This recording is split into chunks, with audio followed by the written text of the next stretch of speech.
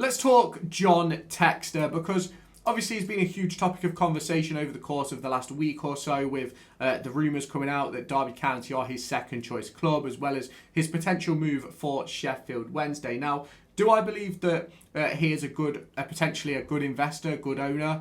I don't really know, but I've sort of looked into his history at clubs like Lyon and Botafogo and teams like that, as well as the situation in regards to Crystal Palace, and it's something that I do particularly want to discuss. Now, obviously, if you haven't done so already, make sure you hit that like button, hit that subscribe button, and turn on that notification bell. Let me know your thoughts down in the comments if you have not done so already, but let's get into it. Now, Textor is part of a multi-club ownership model, which currently has ownership of Lyon, Botafogo, and did have an ownership of a club in Belgium. Can't quite remember the team, and obviously there was Crystal Palace, which he now is not involved in.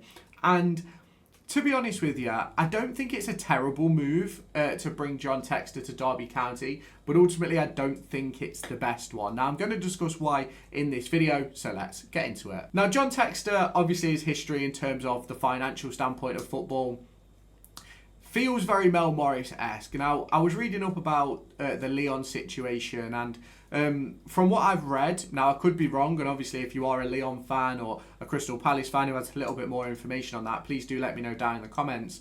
But the Lyon situation for me felt as if he felt as if what he was doing was right, and the league felt as if they didn't agree, essentially. And I think that's very, very Mel Morris-esque. Obviously, the amortisation policy, selling the stadium, all these types of things which Derby County had to deal with a few years ago. It seems very, very similar, in my opinion. I'm not saying it's anything the same. I'm not saying it is or it isn't, because ultimately that isn't my skill set. I don't know anything about sort of the financial side of things. I'm not clueless. I have a basic understanding, but I don't really understand in sort of that sort of depth. But it will be interesting to see what does happen with this. Now, he's obviously a very, very rich man.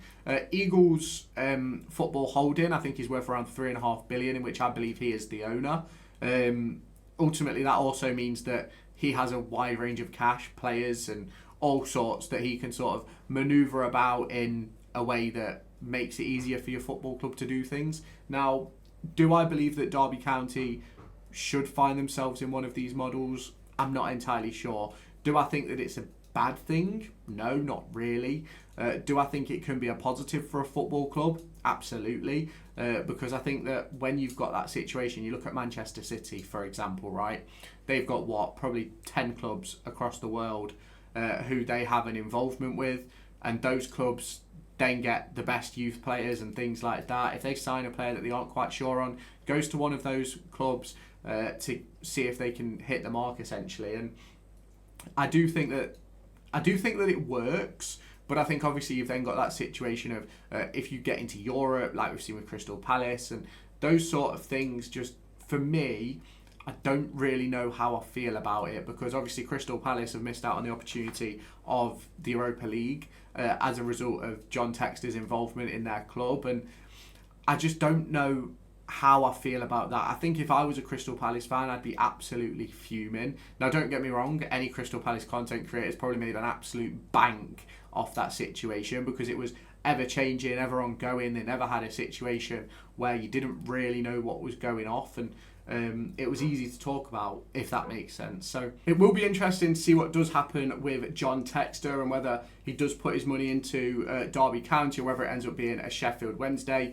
But there's many different options for him. Obviously, a £400 million bid that he put in for Wolverhampton Wanderers was rejected, which obviously sort of shuts that door on potentially a Premier League club. Now, obviously, he has the money to go and pick up a Premier League club. He was involved in Crystal Palace. It's not as if he doesn't have the money behind him. But the big question for me is always going to be the legality of it, and sort of where it sort of puts Derby County in sort of a, not just a financial standpoint, but a rule book standpoint. I think under the current owner, David Clowes, we're in a very good position in regards to the rules. We're in a very good position in regards to the financials of the football club. And I think we really need to keep it that way. Now, do I think that David Clowes can sustain Derby County long term? I personally don't. I think if we look at the accounts, I think we owe him about what is it, about 60 million or something. I'll try and find the tweet from Kieran Maguire and I'll read through it. But it's one of those sort of situations where, I don't know, it's an interesting situation that I think there's obviously a lot of money that can be spent by Derby County should they have the money, but ultimately you want to have the money and you want to be able to sort of have the right people in charge to get that done, if that makes sense. Now obviously at the moment we're not sort of in that position where we can spend the right sort of money. In my opinion, yes, we had a good summer, spent a lot of money in the summer, but a lot of that came from obviously the sale of Erin Cashin and obviously a second year of TV money from the Championship. But just to go through some of those operating figures, which Kieran Maguire did post over on his Twitter, which is at Kieran Maguire. He said revenue was up 64%, wages were up 44% with an average weekly wage of £14,000. Amortisation was up 523% to 2.2 million. Underlying losses of 21.4 million, which is 14% up. We made 10.3 million on sale profits, which is 122% upwards. Pre-tax losses of 11.1 million, which is down 22%, which I think is brilliant. In terms of borrowing from the owner last year, we borrowed 16.3 million, which means we now owe the owner 63.1 million pounds, and total losses since administration have been 45.4 million pounds, which obviously the numbers there just show you what the problem is with football, if that makes sense. But we'll sort of have to wait and see what does happen, and I think it will be very, very interesting to see what does happen in regards to an owner like John Textor. Do I necessarily think that he wants to be a majority owner? Not really. Do I think he'd love to be an investor in something like Derby County? Absolutely, because then not only do you get the benefits of a potential promotion, but you also get the benefits of also being able to pull out your investment at any point. And that's sort of why I'm not a big fan of investors. I think if you are going to put money into the club,